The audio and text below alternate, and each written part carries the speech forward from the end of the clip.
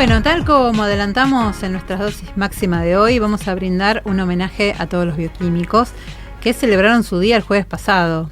Así que bueno, cada 15 de junio se celebra en Argentina el Día del Bioquímico en conmemoración al nacimiento del doctor Juan Antonio Sánchez, quien fue el impulsor del doctorado en bioquímica en 1919, generándose luego la carrera de bioquímica. La fecha se estableció por la Confederación Bioquímica Argentina en 1961, Pablo. Bueno, para conversar con nosotros acerca de este tema nos encontramos en comunicación telefónica con el doctor Daniel Wohlfahlt, bioquímico, especialista en bioquímica endocrinológica, egresado de la Facultad de Farmacia y Bioquímica UBA, promoción 1973. 1973, 50 años. 50 años, sí. Bueno, buenas noches, doctor. Con algunos días de atraso, le queremos decir muy feliz día y muchas gracias por permitirnos esta comunicación para Dosis de Radio, el programa de la Facultad de Farmacia y Bioquímica de la UBA. Es un placer para mí conversar con ustedes.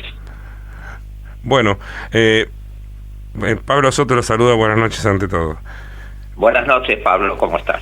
Bueno, curiosidades son muchas, pero digamos, queremos hacer todo como un screening y un repaso de lo que fue, digamos, la carrera de bioquímica. Por eso la primera pregunta es, ¿cómo era la profesión bioquímica hace 50 años? Bueno, la profesión bioquímica en aquel momento era tremendamente distinta a lo que es hoy.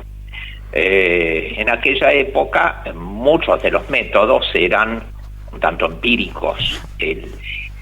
Cuando yo entré a la facultad todavía no estaba en enzimograma hepático, tal como se conoce hoy, mucho menos los métodos cinéticos, y había algunas pruebas de floculación que hoy nos parecen casi pre-Lavoisier. Y bueno, era lo que había en esa época. En general los laboratorios eran pequeños. Recién hacía pocos años se habían incorporado los métodos con punto final colorimétrico. En muchos casos había reacciones gasométricas. Estoy hablando de tiempos muy idos y donde obviamente no había el control de calidad que hay hoy, porque ninguno de esos métodos podía haber aprobado un test de control de calidad, pero era lo que había en aquella época y lo que se había conseguido después de mucho tiempo de investigación y de conocimientos que se iban superponiendo hasta llegar a un conocimiento más amplio. Así que yo creo que hay que hacerle un profundo agradecimiento a todos los que nos precedieron. Sí, por supuesto. Hicieron patria en la bioquímica, digamos, ¿no es cierto? Exactamente. Se hizo patria y se hizo patria en todas partes, porque también en Europa fueron tratando de ir mejorando los métodos de prevención y de diagnóstico cuando tuvieron a principios del siglo XX, una vez terminada la Primera Guerra Mundial, esa tremenda epidemia de gripe mal llamada gripe española. En realidad se la llamó española porque España era el único país donde se daban a conocer esas noticias porque no estaba involucrado en el conflicto. Pero de no ser por eso, la incidencia fue mucho mayor en los países involucrados, que no querían generar pánico en sus poblaciones, por eso omitían todo comentario a la gripe, a la epidemia. Pero esa epidemia mató un porcentaje importante de la población europea. Acá tuvimos en los años 50 y pico, 55, si mal no recuerdo, una epidemia de polio. Sí. Y bueno, también el Estado, sobre todo a nivel hospitalario, se hizo lo que se pudo para hacer el diagnóstico, para tomar las medidas de cuidado epidemiológico que impidieran la difusión. Así que en todas las épocas se han hecho pequeños avances, sobre todo a partir del siglo XX, cuando ya el racionalismo permitió avanzar con algunas cosas que en otras épocas eran tildadas de macanas o de brujerías. Claro. Sí, usted recién mencionaba la mal llamada gripe española. Todos la recordamos porque se comparó con la pandemia del coronavirus. Fue una pandemia, digamos, también la gripe española. Así que bueno, nada, me trae malos recuerdos. Sí, lamentablemente es así.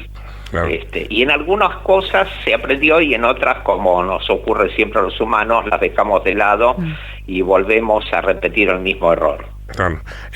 Usted mencionaba recién, digamos, en el continente europeo, bueno, también los americanos. ¿Cómo estaba la profesión bioquímica en comparación, digamos, en cuanto, no digo lo tecnológico, pero sí en cuanto a conocimientos, digamos, si había disparidad o si, digamos, era más o menos, digamos, algo, digamos, que se podía comparar?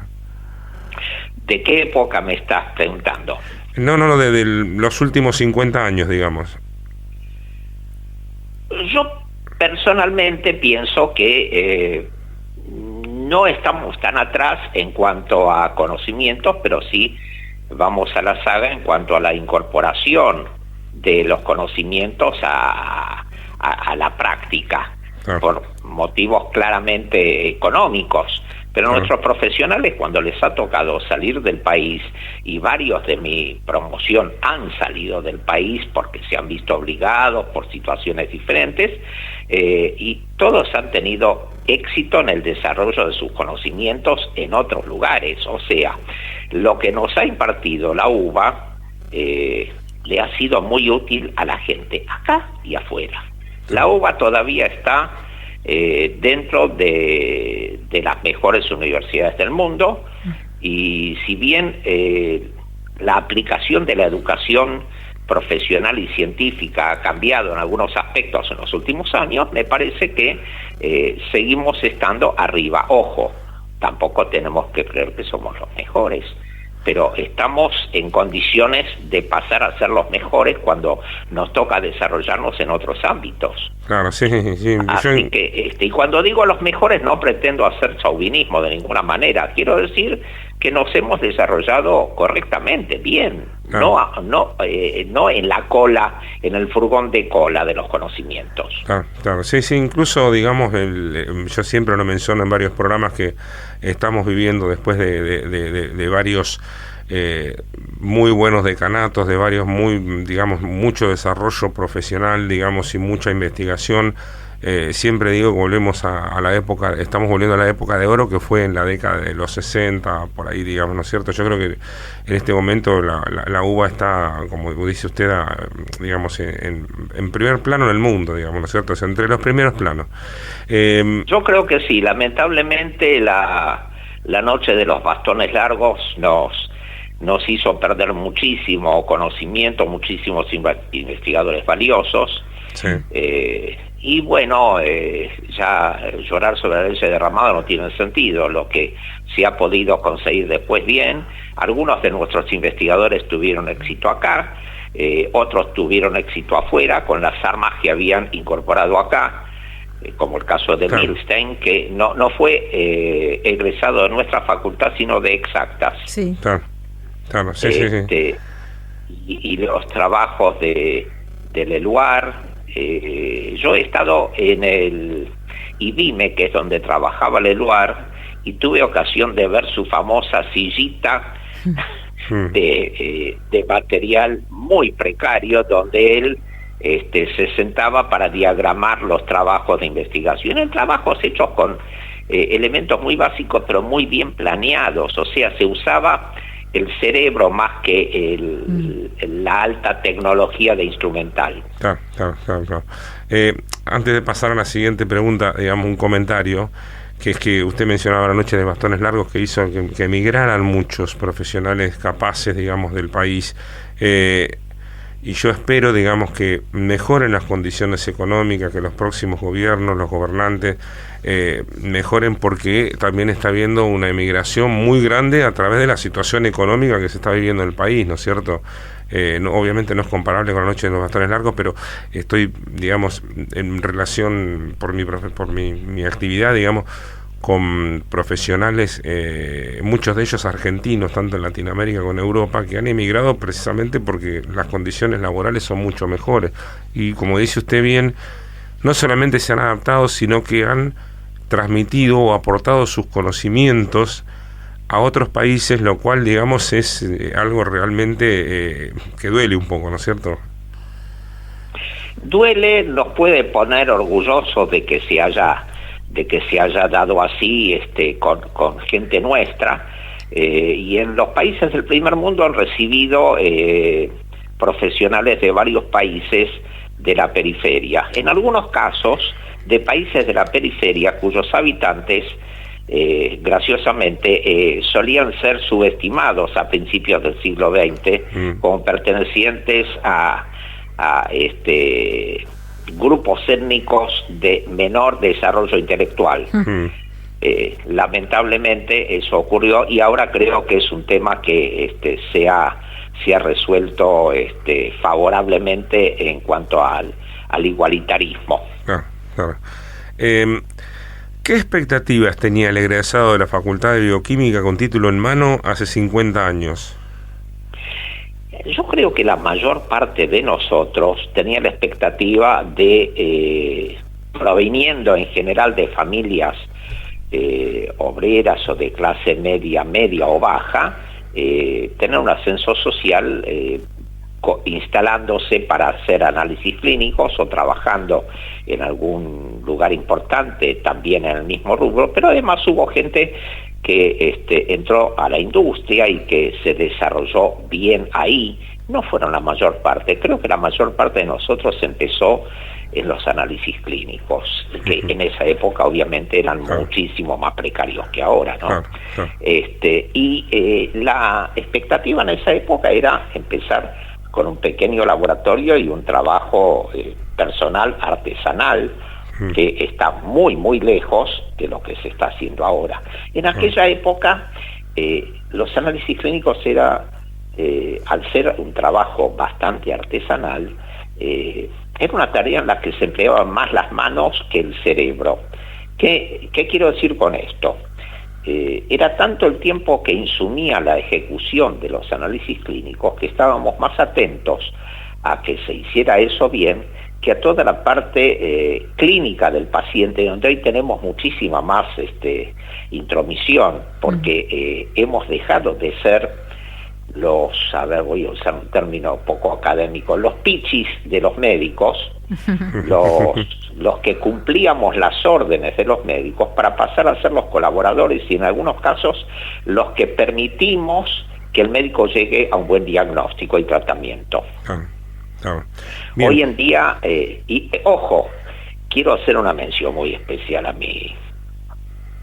mi querida profesora Regina Vikinski, que nos transmitía siempre el concepto de que solamente íbamos a conseguir el respeto de la profesión médica cuando tuviéramos buenos conocimientos y supiéramos usarlos. Esto dicho hoy parece una verdad de perogrullo, pero en esa época costaba introducir ese concepto en las mentes de los que estábamos egresando. Sí, realmente, por suerte, la conocí, me transmitió conocimiento. Sí, fui consejero en el decanato de la doctora Vikinski, así que realmente recuerdo mucho sus palabras. Sí, era un ejemplo de ética también. Un ejemplo de ética, exacto. A ver, volviendo al tema, ¿cuál era el equipamiento indispensable con el que contaban ustedes en el laboratorio? Yo puedo contestarte, pero primero te tengo que pedir que no te rías de eso. No, doctor. Era un equipamiento tan básico, tan primitivo, que hoy en día llamaría a la carcajada. Arrancábamos en general con algún fotocolorímetro. Los de mi profesión creo que arrancamos mayormente con fotocolorímetros usados. Hasta pocos años antes, muchos métodos no eran colorimétricos. Eran gasométricos, había infinidad, en algunos casos se comparaba el color con escalas de colores, así como se comparaba la turbidez para un antibiograma con la escala de McFarlane. Obviamente había que tener un buen microscopio, había que tener una o varias cámaras de Neubauer, que creo que los chicos que se reciben hoy no tienen la más pálida idea de a qué me refiero. ¿Alguno de ustedes sabe a qué me refiero? Sí, yo la conozco, doctor. Yo soy técnica de laboratorio y he usado la famosa cámara para leer glóbulos blancos y rojos. Bueno. Así que también teníamos tengo idea. las pipetitas para recuento de rojos y blancos. Exacto. Teníamos las micropipetas, todas esas pipetitas de vidrio tenían adosada un conducto de goma que terminaba en una boquilla, con lo cual íbamos chupando la muestra con cuidado y limpiando la punta para descargarla en un volumen determinado de solución de recuento, haciendo un profundo intento de recordar, cosa que a mi edad ya me resulta bastante difícil. Creo que había una solución de Turk para contar glóbulos rojos y se contaban blancos, y se contaban en fisiológica los rojos, y teníamos una solución de clorhidrato de novocaína para contar las plaquetas, que era un trabajo de mono. Todos terminamos comiendo bananas después de contar plaquetas. Tremendo.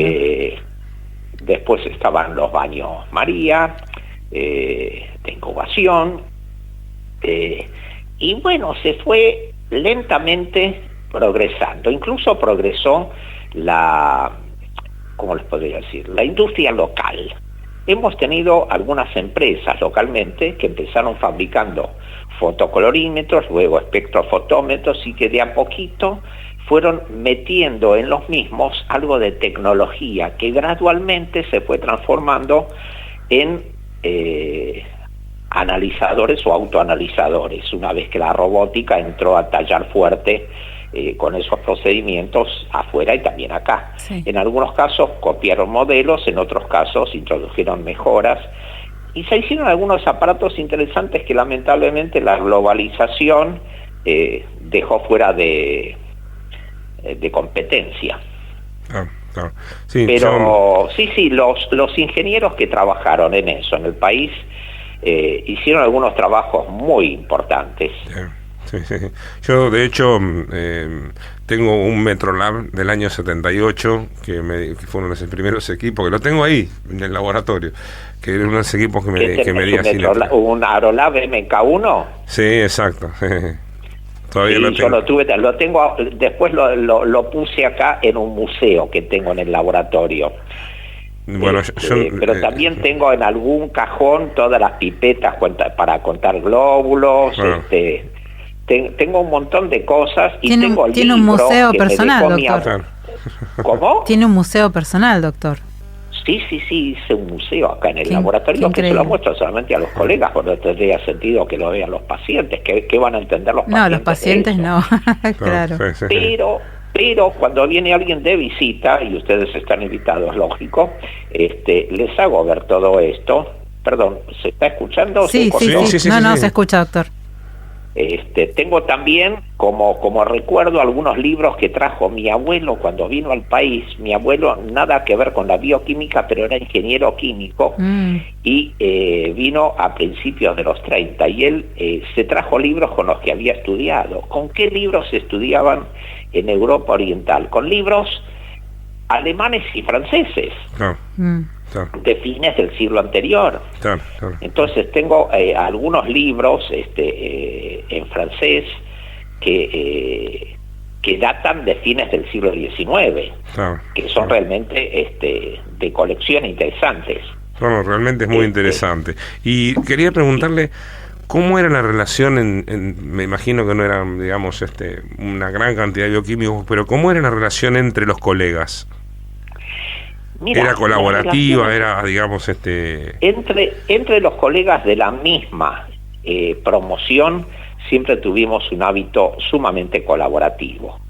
Con los otros hubo de todo un poquito, porque cada vez que alguien se instalaba con un laboratorio, de alguna manera representaba una pequeña competencia para el que ya estaba, pero siempre las relaciones fueron cordiales, y a eso ayudó también que al poco tiempo de recibirnos, cada uno de nosotros se fue, al menos acá en la provincia de Buenos Aires, afiliando a la hoy Federación Bioquímica, que en esa época tenía otro nombre, y en FABA hay ciertas normas de convivencia, de conducta, de procedimientos que en general fueron bastante respetados, y eso ayudó a que la convivencia fuera muchísimo más agradable.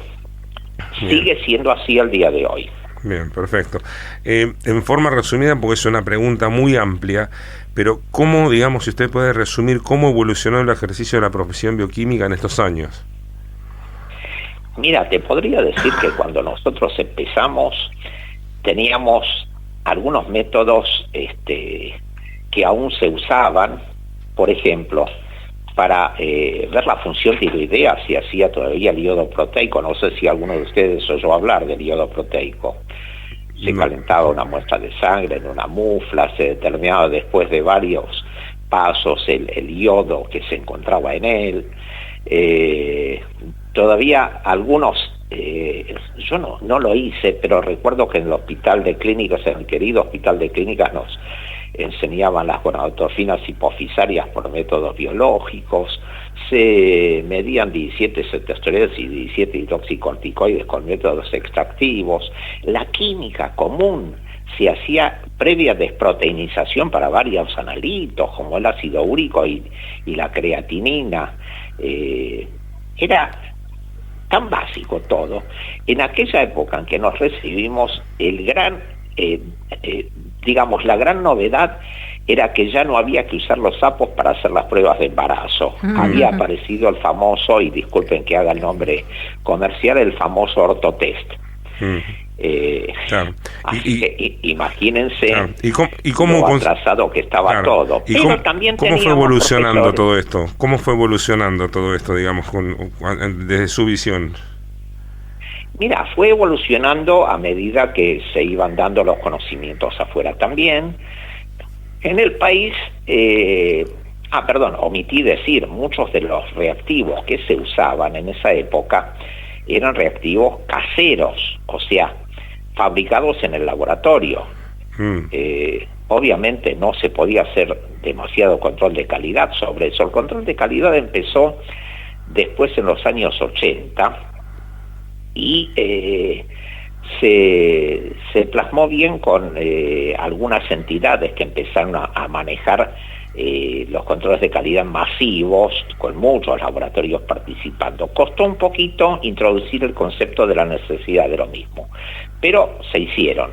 Y después había otras cosas que realmente hoy en día causarían un poco de risa o risa tierna, ¿no es cierto? Había métodos tan elementales, tan básicos, que aún tomando todas las precauciones era difícil reproducir resultados.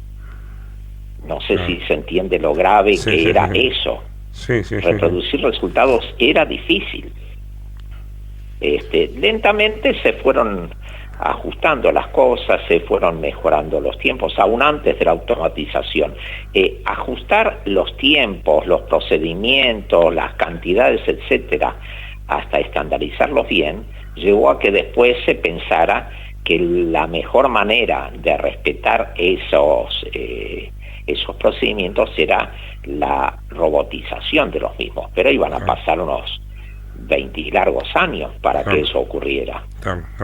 En esa época en que nos recibimos, me acuerdo que nos estábamos enterando muy alarmados que habían aparecido los primeros autoanalizadores, y estábamos todos preocupados porque esos analizadores nos iban a reemplazar y nos iban a quitar el trabajo.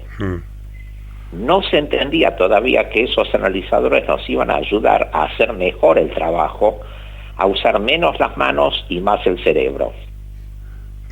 Claro. Este es un aspecto tecnológico muy importante, el tema de los analizadores, como dice usted. Digamos, ¿y cuáles otros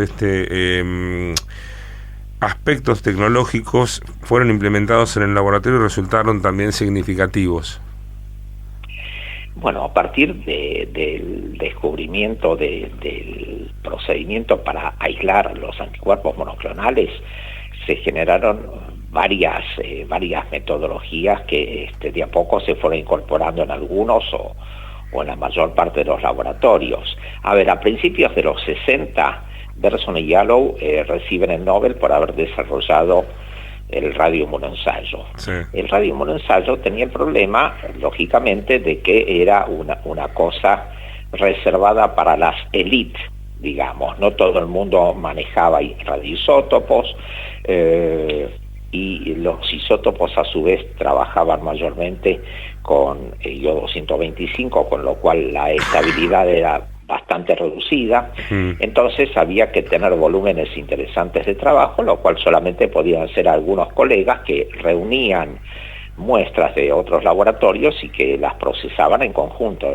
Los procesos eran bastante buenos, pero en esa época las dosis mínimas detectables eran bastante altas, lo cual no permitía demasiada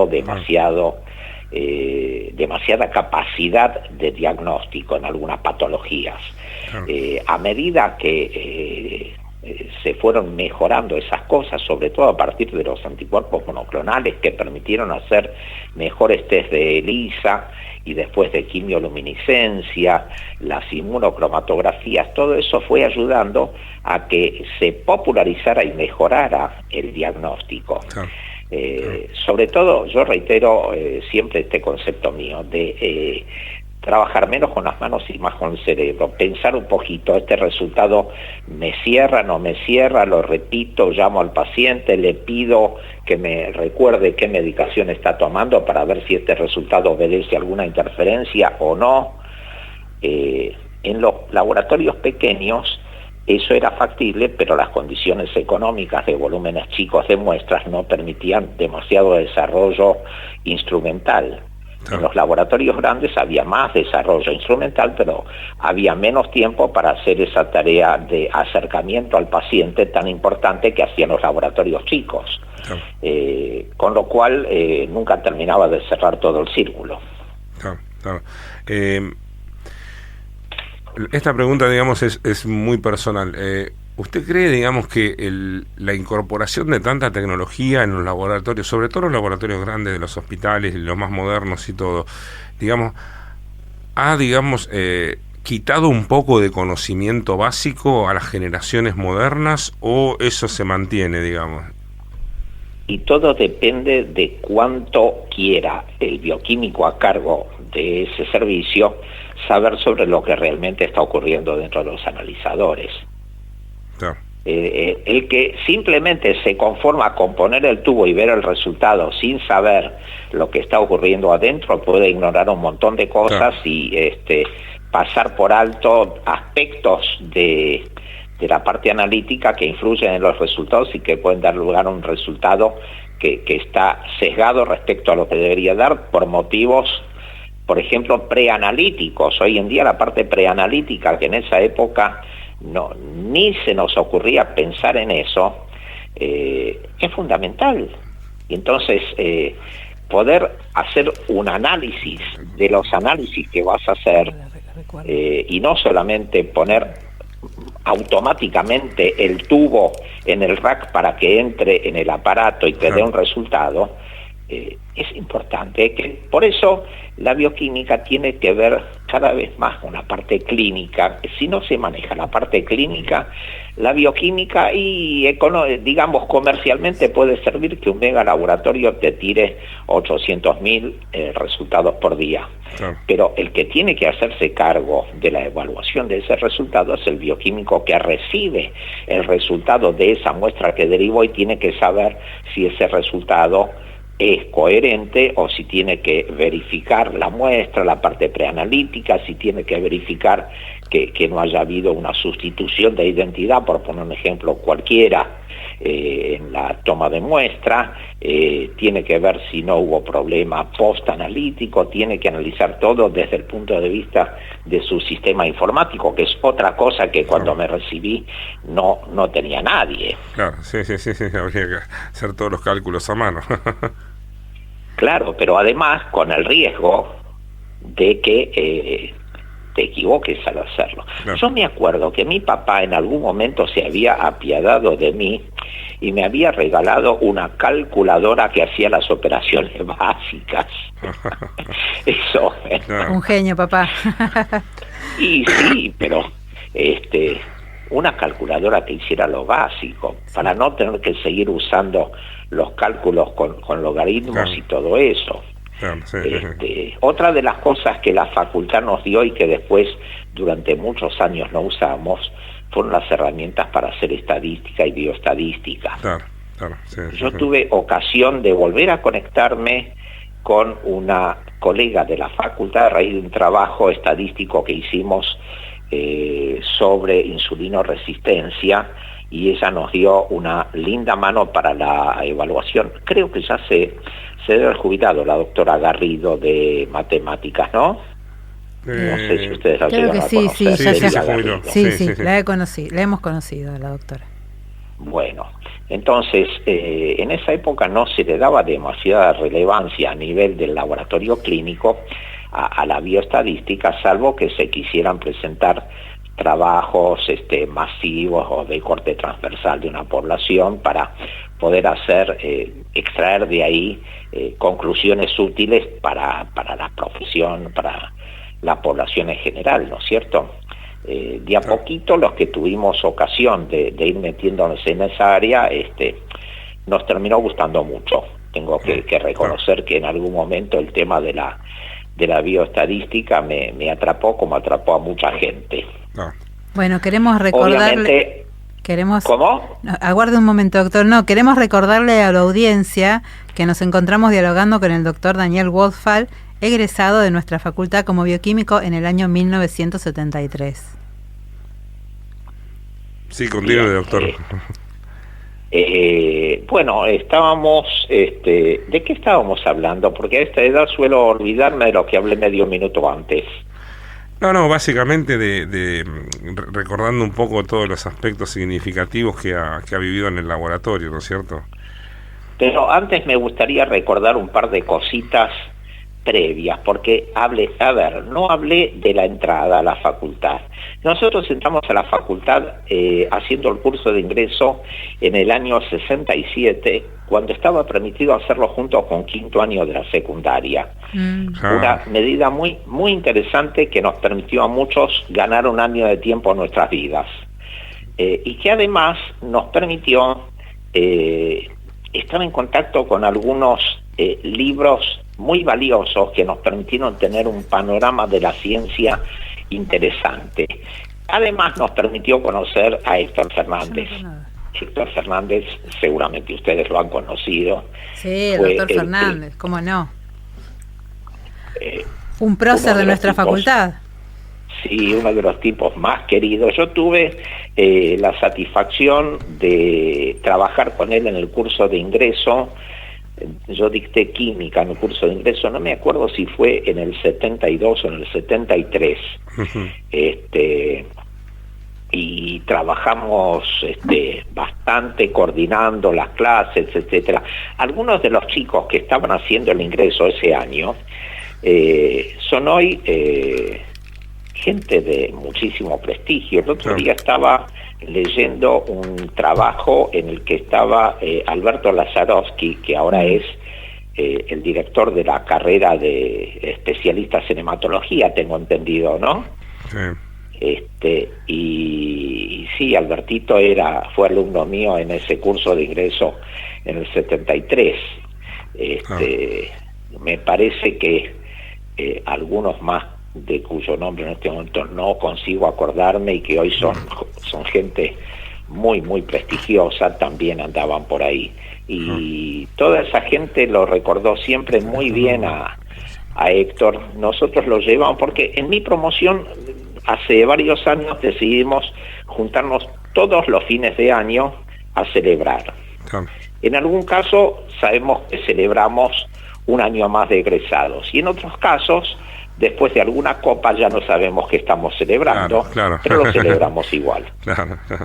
Bueno, hablando de celebración, doctor, la promoción de bioquímicos de 1973, ¿cómo va a celebrar los 50 años de egresados? A diferencia de otros años, decidí pedirle a las autoridades que nos cedieran por un ratito el aula magna. Vamos a juntarnos en el aula magna los que todavía estamos, seguramente acompañados por familiares. Vamos a recordar algunas cosas. Nuestro compañero Jean-Paul Rossi está preparando una clase magistral como para aburrirnos 5 o 10 minutos. Después otros daremos algún discursito diciendo 4 o 5 estupideces de esas que suelen ocurrírsenos, nada que sí, sea... por lo que mencionó, digamos, eso que dice usted, digamos, si se exceden de determinadas bebidas van a ser estupideces. Y ojo con las escaleras, doctor. Usen el ascensor. Bueno, yo podría decirte que cuando uno llegaba apurado en esa época a la facultad, uno subía, como cuando hice el ingreso, se me fue el ascensor. Y sí, subo los 3 pisos por la escalera. Hoy en día no sé si estaría en condiciones de subir uno. No. Doctor, ¿hay fecha ya para este encuentro? ¿Para el festejo?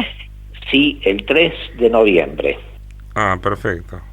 Bueno. Así que nos gustaría contar, si fuera posible, con la presencia de algunos de ustedes. Seguramente estaremos para ver esta hermosa reunión. Para ver esta hermosa reunión y tomar unas copas. Así que bueno, doctor, desde ya muchísimas gracias por permitirnos esta comunicación con Dosis de Radio, por haber compartido tantas experiencias con nosotros, sus vivencias.